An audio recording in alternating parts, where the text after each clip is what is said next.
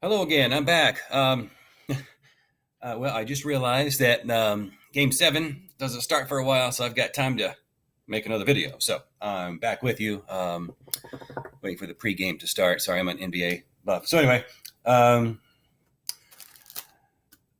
I want to talk about Project 1A revisions. In the last video, I told you that's kind of the first thing or one of the things that you're going to be thinking about this week. And so I kind of wanted to go over some of the overarching concepts and show you some specifics that might help you as when you sit down to work on your revisions. I'm going to see if this works here. Here I am sharing my screen. Yes, I'm aware. Thank you. Thank you. And let's see if this will... Okay, I don't guess you can see me with that. All right, well, we'll do it this way then. So I did this. It's kind of like it's not really, a mini PowerPoint. So I got this split up into resume versus cover letter. So I just want to remind everybody too, again, no templates for this. So if I mention that it looks like a template or whatever, I encourage you to start from scratch so that you can employ some of the things we're going to talk about. Some of the main things that I kind of saw missing, or if I mentioned hierarchy or typography, I may have said something about recall serif versus sans serif font from Kramer and Bernhardt, and they made this interesting distinction between a sans serif font that you would use for headings and maybe even some next level headings, compared with those fonts that are serif fonts. A serif font is going to be your Times New Roman. Of course, you can look some of those up in some of the pairings. You can look them up in Kramer and Bernhardt. They listed several of the pairings there. I'll go back to the example I used in the video a second ago, where I want you to note right here the differences in the font choices here. So when I originally did these, they were Helvetica and Times New Roman. And then when they were apparently when they were uploaded to Google Docs, Google Doc is apparently interpreting this as Arial and a Palatino, which is also a pairing of compared to where you have a serif and a sans serif font. So let's talk about hierarchy. As you may have noticed in my video when I was explaining there that if you'll notice that objective, education, work experience, skills, references are all the exact same font, sans serif. Then when you get underneath here to a lot of the body, what I call the body text right underneath here, it is a serif font, okay? So, excuse me.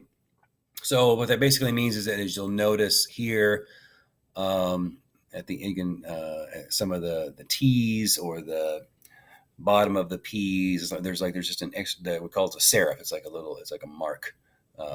Okay, and it just distinguishes, and it's easier on the eyes a lot of times to read these, research tells us. It also creates that hierarchy through using typography and thinking about serif and sans serif fonts, as well as so that someone can look down here really, really quickly, if you'll notice on this particular example, that objective education stands out, whereas the next level headings, right? So next level headings in this case would be Wayne State University, relevant courses, independent outdoor, Dr. Munzenmeyer, I think is how you say that. All right.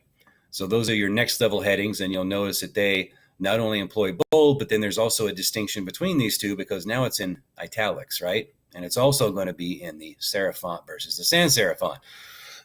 So when you employ a sans serif font and then a serif font as part of your hierarchy, as a part of and using typography for your hierarchy, it allows you a few extra levels, if you will, as well to make these kind of distinctions and to make these things stand out, right? So if we think about the 20-second test, when we think about scannability of resumes, someone can look at this really quick and go, okay, education, Wayne State, blah, blah, blah, blah, and just scan it down really, really get a rough idea pretty quickly as to what's taking place, right? You've got these nice, instead of having separate columns, I'm using the bullet points to create columns so that someone can scan through here and look for the keywords that they're looking for, which they might be looking, right? And they can do it here. They can do the same thing in my skill. Short, sweet, to the point, okay? So when you think about revisions, hierarchy, if I mentioned hierarchy or typography, serif and sans serif, that's what I'm talking about. If I said use tables, we can flip back over to the awesome example here. Everything done in here in each section is done through a table, okay? I've just taken the borders out, okay, because I think it looks cleaner. So I've got, this would be a 3, right? 1, 2, 3 by 2. It's a 3 by 2 table.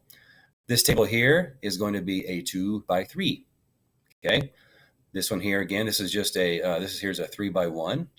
And then this one here would be a 2 by 1, 2, 3, 4, 5, 6, 7, 8.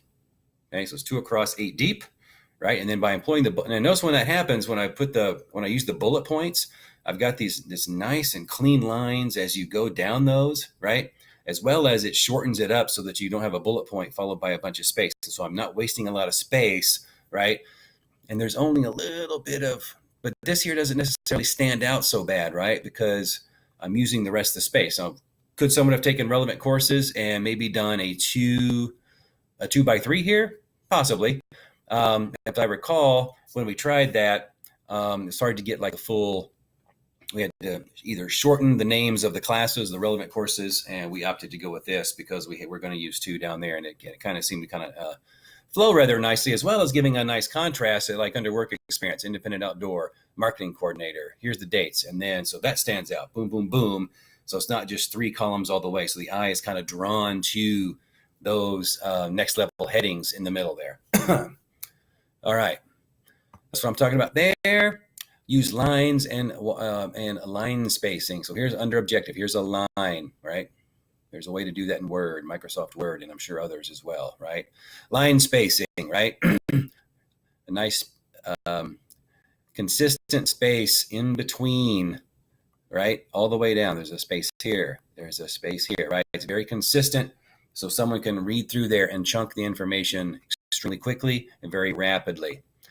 So let's quickly talk about cover letter revision. So this is an excerpt from an older Markel book. I don't think this is the exact same example of a cover letter that's in your book, but you notice that it's addressed, right? This is that professional addressing that I may have mentioned to you. Dear the person, or if you don't know the person's name, then we'd be saying to whom it may concern, or the first paragraph talks about where they got it, they're interested, they believe that they're qualified, and then what I call here, there's an education paragraph and an experience paragraph.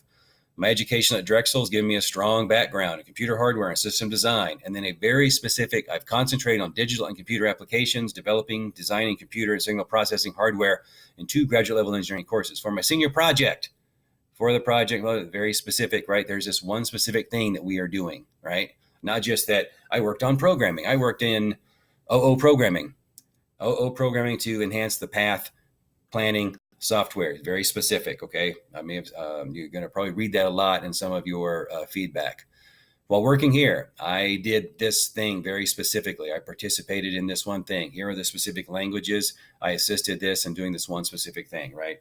So over the level of specificity, that 4-paragraph structure too, it's very easy to read, right? If someone opens up your letter, they're going to say, oh, it's going to give, if you're going to be concise, precise, right? Short and sweet and to the point, and they can get a good idea. And this gives you an opportunity to take 2 or 3 things to expand on, and make sure the things that you choose to expand on in your cover letter are directly related. Go back to the job posting, okay? Reread your job posting over and over and over again for your revisions.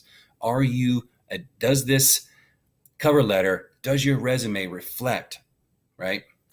Is it speaking to, right? Is it answering? Is it in conversation with your job posting, okay? Because that's truly key, all right? All right, let's see if I missed anything. Provide concrete examples, just like in that example I just showed you. Use the 4-paragraph structure in the professional addressing. Look at the one in your textbook. Address professionally, okay? All right. So for the screencast, just to kind of just tie all this together real quick, the screencast is going through and demonstrating in your resume and your cover letter decisions that you made, your hierarchy, your typography, your design choices, your tables, your whatever that you've got in there, your 4-paragraph structure, the things that you highlighted maybe in paragraph 2 and 3, how you went about making those decisions, 3 to 5 minutes long-ish, upload to YouTube, copy and paste your URL in the discussion post, okay? I'll be reiterating that throughout the week. If you have any questions, just let me know. All right, guys, signing off for now. I hope that you enjoy these videos. If there's something else that you need me to cover or something that you're not seeing that I'm doing, or you have any feedback, never hesitate to let me know. Take care. I'll be talking back with you very, very soon about WikiHow and other stuff.